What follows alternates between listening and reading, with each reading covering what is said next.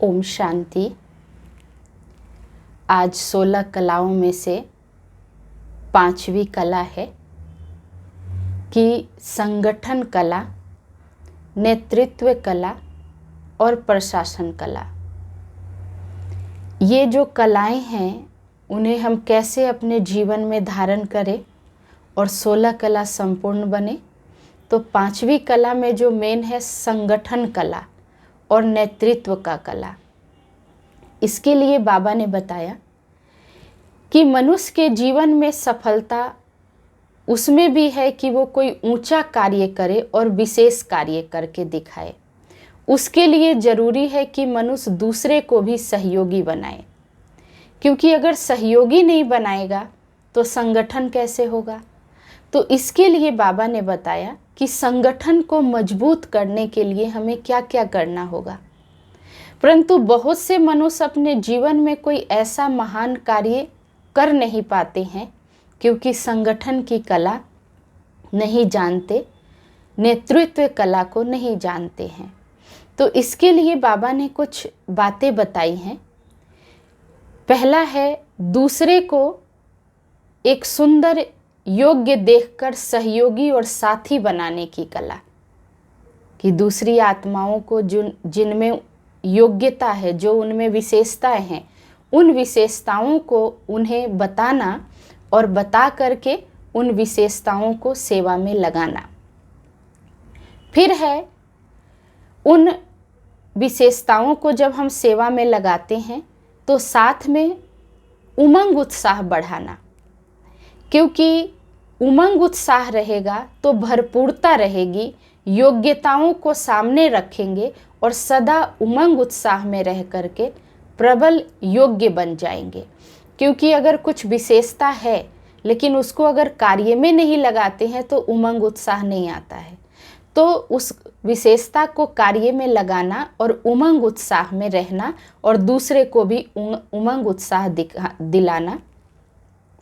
फिर उसके बाद क्या है कि हम अपने विशेषताओं को कार्य में लगाए लेकिन अभिमान न हो, बुद्धि में जरा भी है ना द्वेष भावना न हो, या अपने को ऊंचा उठाना, दूसरे को नीचा दिखाना। संगठन में ये नहीं, जैसे चलते चलते ईर्ष्या भावना आ जाती है कि मेरे में इतनी विशेषताएं हैं।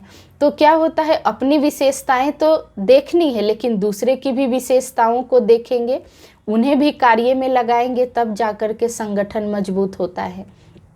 तो इसके लिए ही बाबा ने कहा कि निर्णय लेने की शक्ति और दूरदर्शी होना बहुत ज़रूरी है। फिर सबको मिलाने की योग्यता, कि हरेक की विशेषताओं को याद दिलाना और मिला करके चलना। फिर उसके बाद है व्यवस्था करने या कंट्रोलिंग पावर करने की योग्यता, कि योग्यताओं में ये विशेषता भी देखनी है और उसके बाद उनको कैसे कंट्रोलिंग करे, स्नेह प्यार से उन्हें कैसे कंट्रोल करके चलाएं, ये भी आती है।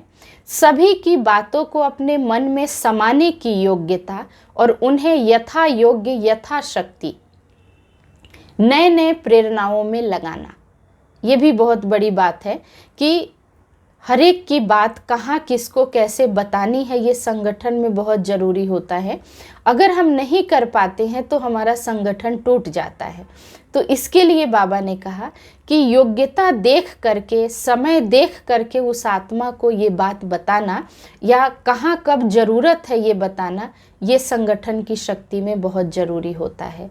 तो इस पे है ना, जन कल्याण के कार्य में भी हम सहयोगी बनते हैं और परमात्मा को ही अथक शक्तिशाली और कल्याणकारी है। क्योंकि जब हम संगठन मजबूत बनाते हैं, योग्यताओं को चलाते हैं, नेतृत्व कला और प्रशासन कला को लाते हैं, तो ये परमात्मा ही है कल्याणकारी। और कल्याणकारी परमात्मा को पहचान करके बुद्धि का लगन उस परमात्मा से जोड़ करके अपने अंदर इतनी शक्तिशाली बनना और अनेकों को बनाना, तो कल्याणकारी हम सहज ही बन जाते हैं। और मन का स्नेह होने से मनुष्य में दूसरे के प्रति वो स्नेह भावना होता है, दूसरे को मिलाकर रखना, एक दूसरे की विशेषताओं को एक दूसरे के सामने वर्णन करना, तो संगठन मजबूत होता है। लेकिन अगर हम किसी की कमी कमजोरी एक दूसरे के सामने रखते हैं तो हमारा संगठन टूट जाता है। तो ये थे आज के 5वां कला कि संगठन को कैसे मजबूत बनाना है और उस मजबूती से स्वयं भी उमंग उत्साह में रहना है और दूसरी आत्माओं को भी उमंग उत्साह दिलाना है। तो आगे फिर हम आगे का कला सुनेंगे, इस पे हम सब विचार सागर मंथन करेंगे और फिर अपने जीवन में धारण करके 16 कला संपूर्ण बनने की जो बाबा ने हमें लक्ष्य दिया है उसे पूर्ण करेंगे। ओम शांति।